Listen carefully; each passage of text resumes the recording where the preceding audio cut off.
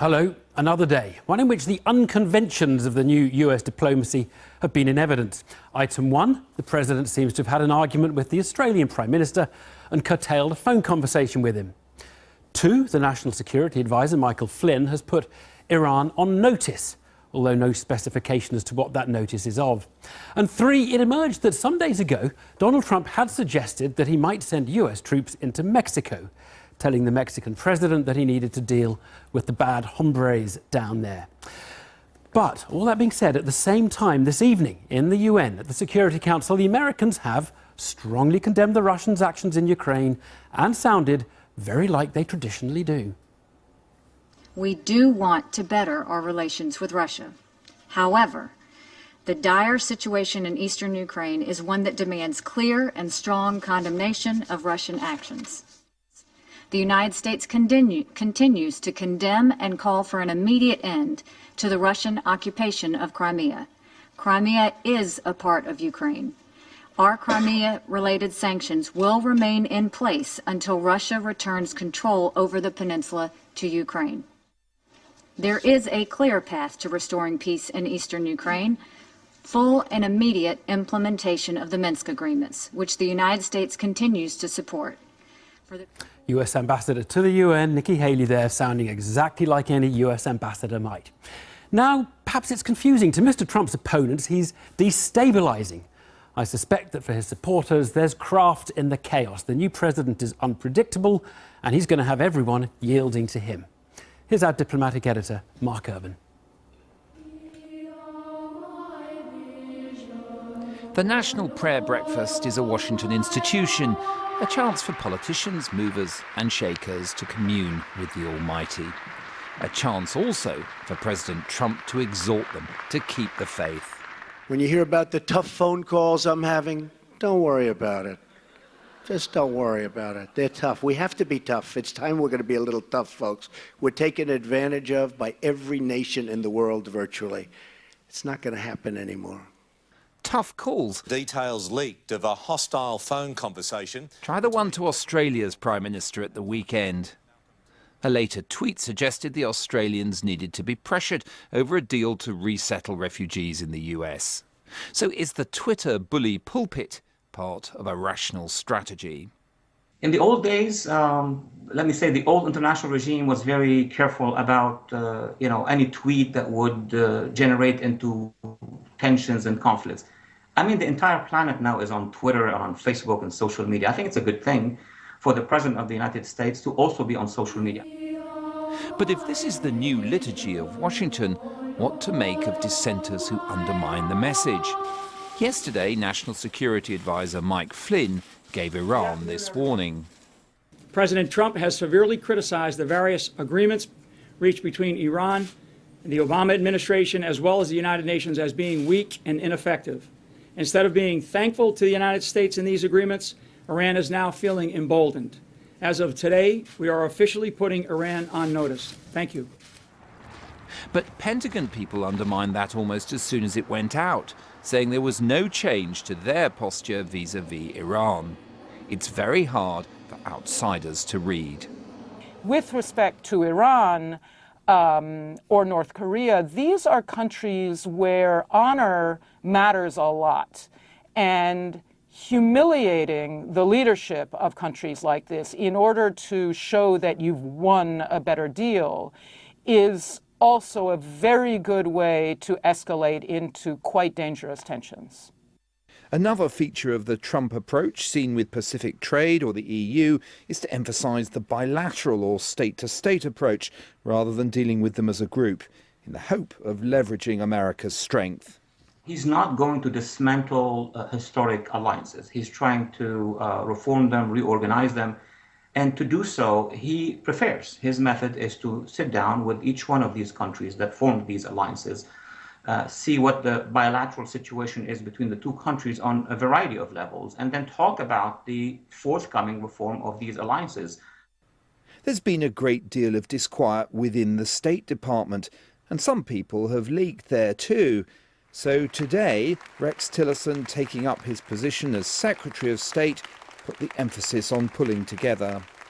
Each of us is entitled to the expression of our political beliefs, but we cannot let our personal convictions overwhelm our ability to work as one team.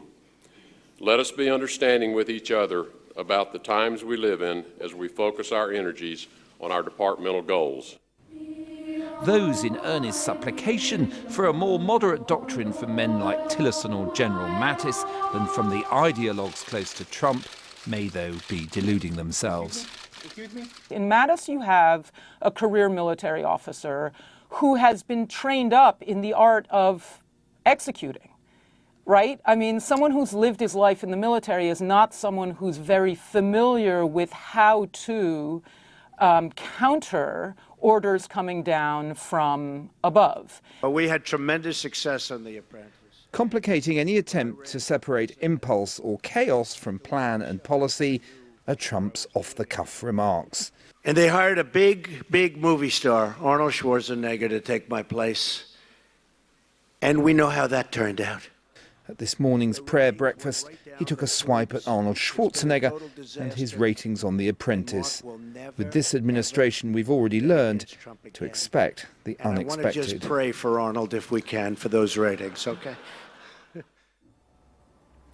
Mark Urban there. Well, the new diplomacy is unpredictable, but it's also very much about the US taking on global affairs country by country. President Trump is not keen on the big international bodies or the multi-country trade deals. The US now prefers bilaterals to multilaterals, as you heard Mark say. One area where the existing global arrangements are being reviewed, for example, is in climate change. President Trump wants to exit the Paris Agreement. So who better to speak to about his approach to international affairs and climate change than Myron Ebell, who was in the transition team in an environment role. And thanks for joining us. Good to talk to you. There's a huge weight at the moment on trying to understand what the rules of the game are under President Trump. In your view, is that what looks a bit like chaos, is that strategic and planned, or is that just ordinary chaos? It seems to me that President Trump is trying to get an awful lot done very quickly. So I think the chaos is the result of that. But I think he's moving very rapidly on some major issues. Yeah. What do you think of that line he heard? We will talk about climate change, by the way, but the line he used about every country in the world is taking advantage of the United States. Now, do you agree with that? Clearly, the US is one of the richest countries in the world, so superficially it's not, you might not think it was the most obvious feature, but do you buy that every country virtually is taking advantage of the US? I think President Trump is sometimes prone to speak broadly. We'd have to go through each iteration of that. But I think, for example, there has been a long-term problem with NATO, for example, that most of the countries aren't keeping their commitments for defense spending. Right. So there are examples where the US is more than bearing its own fair share, I suppose. The multilateral bilateral thing.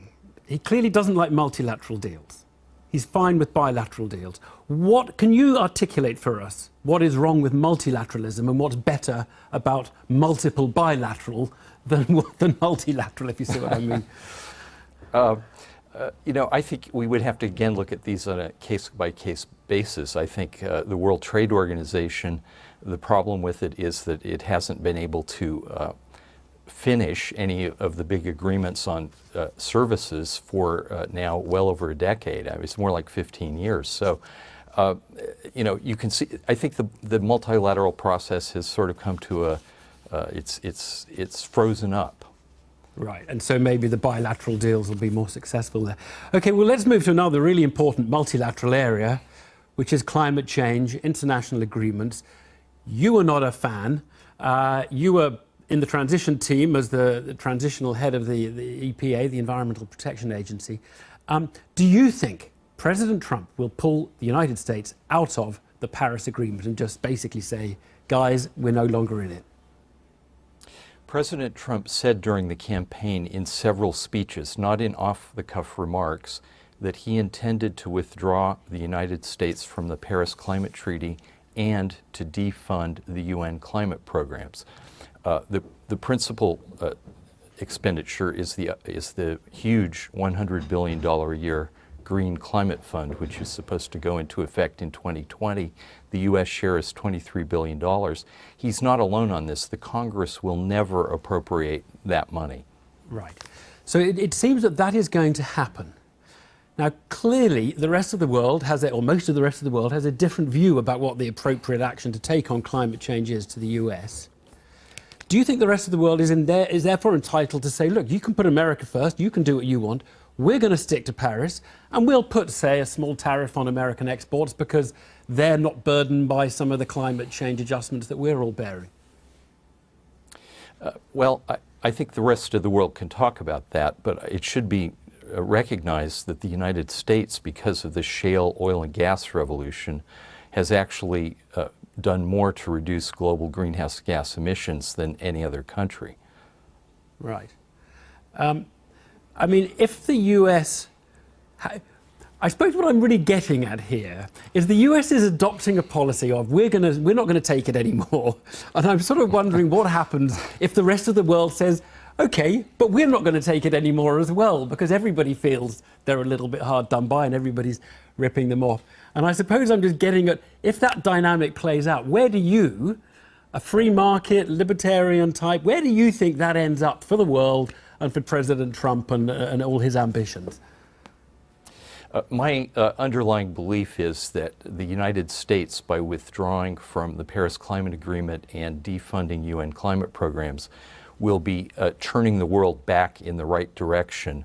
Another part of the Trump agenda is to make the United States the world's largest energy producer, which will free Europe from the threats from Russian gas and also reduce the influence of OPEC. Yeah. When do you expect President Trump to actually make an announcement on Paris and how he's progressing on that? Well, every time I say something, I get misquoted. I think it could happen any time. It could happen tomorrow, or it could happen a month from now, or it could happen later this spring. I don't think it's going to take forever, but I think I have no idea when it might happen. And can I ask you, I just want to ask you, because you work for a libertarian, a free market think tank, you Yes. must disagree with the president's approach to trade, right? You don't believe in slapping up a 20% tax on the border for the Mexican goods, do you? You believe that we've all been enhanced by free trade, don't you? You're completely at odds with the man who you were serving in that transition team, no? Yes, the Competitive Enterprise Institute is proudly and relentlessly free trade, and that's why I wasn't asked to work on his trade policy. And are you going to be asked to work, get a permanent job in the administration? No, I agreed to work on the transition as a volunteer for about 4.5 months on the condition that I didn't want a job in the federal government. Myron Ebell, thanks very much. Thanks. Thank you.